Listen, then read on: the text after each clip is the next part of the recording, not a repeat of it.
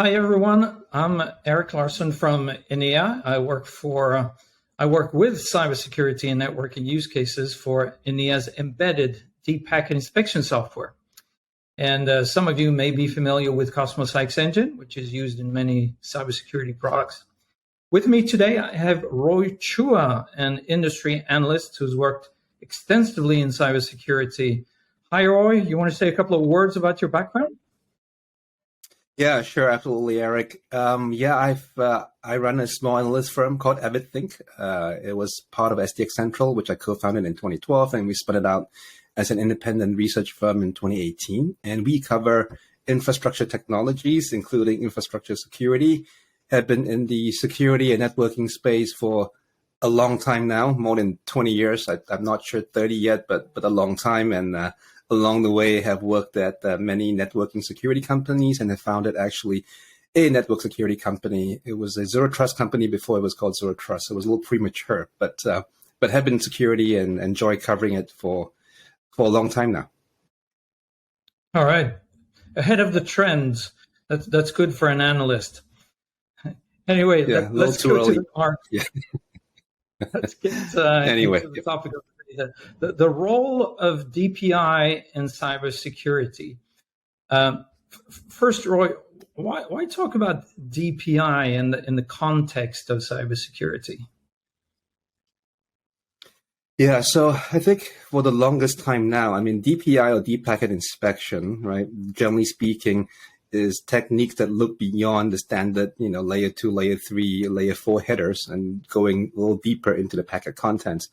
That technique has been employed for security for a long time now. And, from the very early days of networking in the mid 80s, sniffing network protocols, trying to figure out what's going on, obviously for debugging, but ostensibly after that for understanding the nature of the packets and whether they're malicious or not, has been around for a long time. And so I think cybersecurity researchers realize that in many cases, to understand the true intent of a packet flow, of a session flow, there needs to be some context around the content, more so than just the headers, which are important, but the content, and deep packet inspection achieves that. Right. Yeah, like you say, it's been around for many years, but it has evolved during these years. And how would you describe this new generation of DPI that we have today? Yeah, I think in the early days, things were not encrypted. It was pretty easy, right? You just fire up your ethereal, rename Wireshark, a little software, or maybe you had your network general sniffer box that you carried around and plugged in the network. You could see everything. You could see all the protocols, break it down, and before there was TCP/IP, there were other protocols, and you would look inside. And so, early DPI was looking into the packets and explaining the protocols of what it was doing.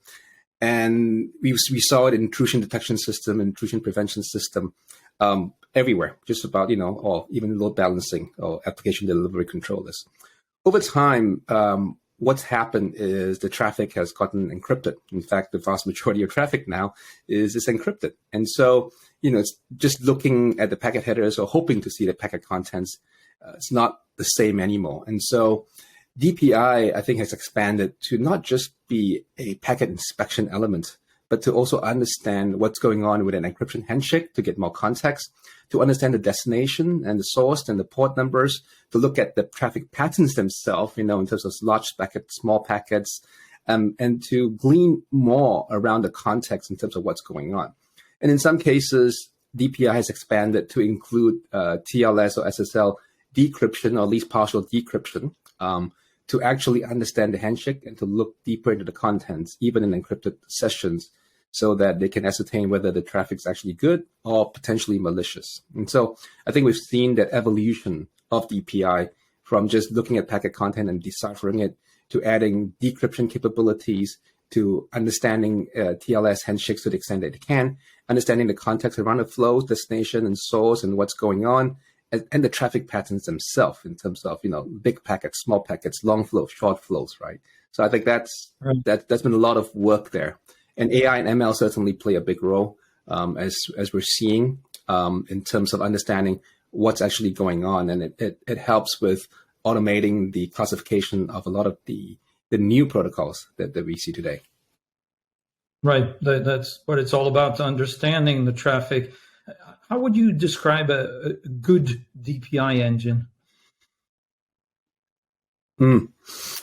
So a good DPI engine, I think, needs to have a couple capabilities. I think first and foremost, fortunately, unfortunately, traffic's encrypted, and that became pretty popular with a lot of efforts by Google. That when Google tells you your site's going to be less rated favorably if you don't use encryption, everyone jumps on and you start using encryption, and then obviously people like the privacy thing, and so encryption's become key. And so I think understanding SSL TLS handshakes, being able to figure out what's going on, I think that's important. And also being smart about handling encryption. In some cases, I think DPI engines are supposed to work in conjunction with TLS decryption. And to the extent that you can make that smarter, don't decrypt all the time, recognize traffic that you shouldn't have to decrypt because maybe it's a payload for streaming, or recognizing that early on in the session and then bypassing the decryption engine thereafter. I think that level of smarts and intelligence and understanding how to handle encryption, how to manage decryption smartly, I think that's pretty important. We saw that happen, with TLS 1.3 becoming popular, the encryption client hello coming in, the old SNI header that we used to peek inside and figure out what's going on, all that went away. And so I think being smart about encryption and decryption, I think that's important. The other thing too is the ongoing building of application libraries to understand the number of applications in there, and everything's over 443, so that doesn't really help you. But to understand, is this, Box, is this Salesforce, is this whatever it is, the libraries need to be kept up. And very, very often you have to do reverse lookup to understand where these things are hosted, understand the traffic patterns to know what you're dealing with from an application standpoint. So a good decryption engine is not one that's static, that's one that's being updated all the time, and with the team behind that's updating it. The other thing we're seeing, I think we're probably seeing this across not just DPI and security, but everywhere, is convergence of OT, operational technologies, and IT. And we heard a long time ago about SCADA attacks 20 plus years ago. And the reality is those attacks are still with us. OT infrastructure is going online with industrial IoT. People are like, oh, that's great. Let's digitize everything. Wonderful. Now you've made everything connected. And guess what? If it can be connected, it can be attacked very, very likely because that's connected to the cloud. Wonderful. Everyone can see it. The other thing with OT, though, is that, there is, connected traffic, but some of these OT have legacy protocols or very specific protocols. Like, in IoT, it's often we see MQTT. And then there's still the legacy protocols, ProfitNet, ProfitBus, DeviceNet, and so on and so forth. Those things, the DPI engine probably in an OT context needs understanding at least of these protocols and how they work and what's normal behavior versus what's anomalous behavior. I think that's the other one. Along with what we're seeing there is, evasion techniques. There is an active attacker on the other side. It's not a static. They're not just, pulling out a library and saying, oh, let's compile version 3 of the library and run it. The attackers are attempting to evade DPIs because they're not stupid. They understand how DPI works. And so I think it's really important that as new attacks come out, or, simple things like, domain fronting or, complex tunneling or whatever it is, I think it's very, very critical that the DPI engines be updated constantly to figure out what's going on, and that then their library of attack patterns needs to be updated. Then what we also see is there's a lot of use of VPNs, anonymizing services. And if you're on the receiving end, running services and people are coming in, you need to be aware of how they're coming in, because it's no longer just a corporate VPN. It's coming from someone's IP or data center. It's coming from all these, you'll pick your favorite VPN service and anonymizing service and Tor. And so I think from a context of the application security, you need selectivity in terms of what you allow, what you don't allow, when you allow what. In the context of zero trust, where you might want to escalate the level of privileges depending on whether you trust a connection or not, the DPI engine probably needs to inform you and give you the context so you can make appropriate decisions. And then finally, I think, some of the best DPI engines out there probably use the AI ML models to help assist to maintain high accuracy. And you have to keep that engine being trained on an ongoing basis because there is speed of recognition of new techniques for attacks. There's speed of recognition for new applications and classification of those. And to the extent that the DPI engine can keep up with those, I think it's important application context and evasion attack techniques simultaneously. So hopefully that helps. Right. Yeah, a lot of specialized, advanced expertise here.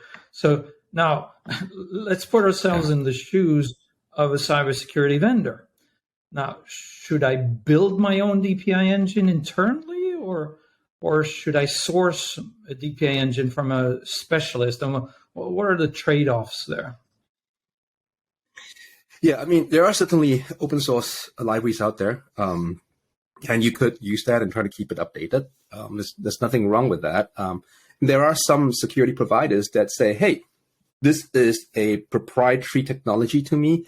I've invested a couple of years in this or more, and that is my differentiator, and therefore I'm going to keep building it. So I think, it comes down to what the vendor's strategy is and maybe what their size is and whether they have economies of scale. If you're one of the largest security vendors in the world, maybe you have the R&D budget. Maybe you can recruit the team and retain the team necessary to build a DPI engine. Because I think as we described all those characteristics of a good DPI engine, they take work to build. It's not magic, right? Open source only gets you so far.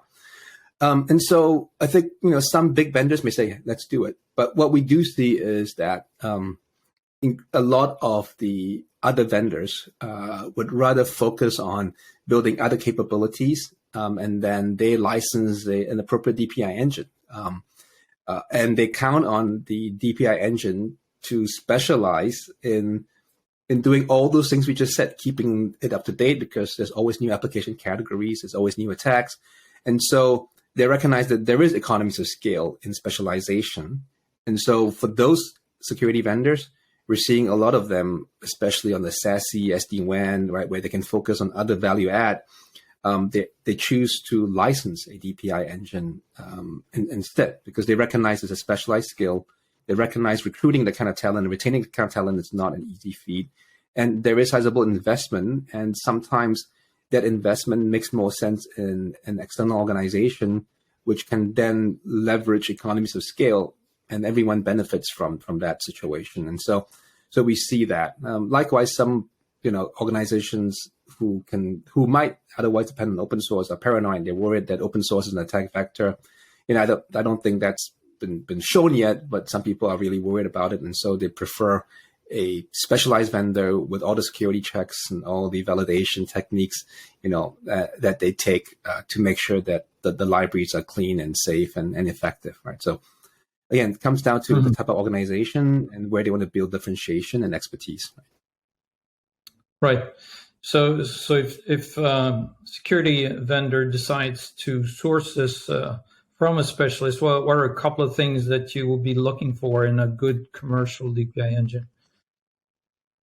Yeah, I think first and foremost, I think in today's environment, everyone's worried about supply chain. Everyone's worried about trust, right? And so increasingly, when we work with some of our clients, whether the enterprise or carriers or vendors alike, a lot of it comes down to trust. And so they are now leaning towards sort of proven engines, teams with credibility and demonstrated expertise. I think that's one of those elements that goes without saying. If you're going to build your security solution on a piece of foundation, better make sure that foundation is trustworthy and certified and validated and vetted by maybe people that you trust as well, right, in the past. So the reputation is important. Second thing is innovation. Obviously, trust is just one element, but if the vendor is trusted but rests on their laurels, doesn't provide all the latest and is not cutting edge and doesn't understand how to spell AI or ML, which, well, I guess the long form of it anyway. But you need those vendors who have that level of innovation and investment on an ongoing basis. And then beyond that, I think, a couple of elements is, I think encryption, decryption is an important part of it. It's not just the protocol recognition, but understanding and handling of and flexible handling of the security. And finally, from a vendor standpoint, we're seeing that it's important to support some of the acceleration techniques increasingly, right? So things like DPTK or VPP, vector packet processing, part of the FIDO project over at Linux Foundation, or DPTK, same hosted at Linux Foundation. I think important and increasing use of SmartNICs to try to accelerate SmartNICs and DPU, data processing units to accelerate those.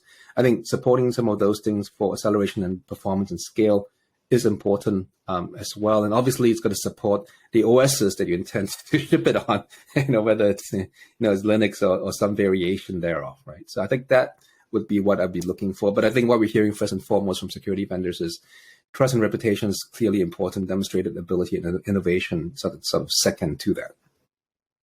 Okay, yeah, those are some good points. So how would you summarize then the role of DPI and cybersecurity in a couple of words? Yeah, so I think DPI has morphed. I think the old DPI that we are all used to, when we had our snot engines running a long time ago, I think it's come a long way since then. I think DPI, my view is, that it is now a class of solutions that provides you visibility, that provides you context, and provides you maybe with intent information around a session flow. And to do that, obviously, you have to be able to understand the source destination, the application types, the application characteristics, what's normal, what's not normal, handle that encryption, decryption, seamlessly, and also go beyond just the regular IT packets as the IT and OT will converge. So I think that would be some of the key things I would say, as we look forward. And it's not going to go away. I think that the reality is that deep packet inspection in one form or another will be with us, whether we TLS 1.3, 1.4, 2.0, whatever it is. I think the reality is that there will need to be some need to look inside the packets, to look inside the traffic flow, and to understand the context better than, what looking on the outside gives you. I think that's the reality for cybersecurity today and tomorrow. Okay, good summary. Thank you, Roy. You're very welcome, Eric. Always a pleasure. And I guess, DPI forever. Well, it's needed for good security. And thank you for watching. Thank you for watching. If you're interested in embedded DPI for cybersecurity, then visit Enea.com.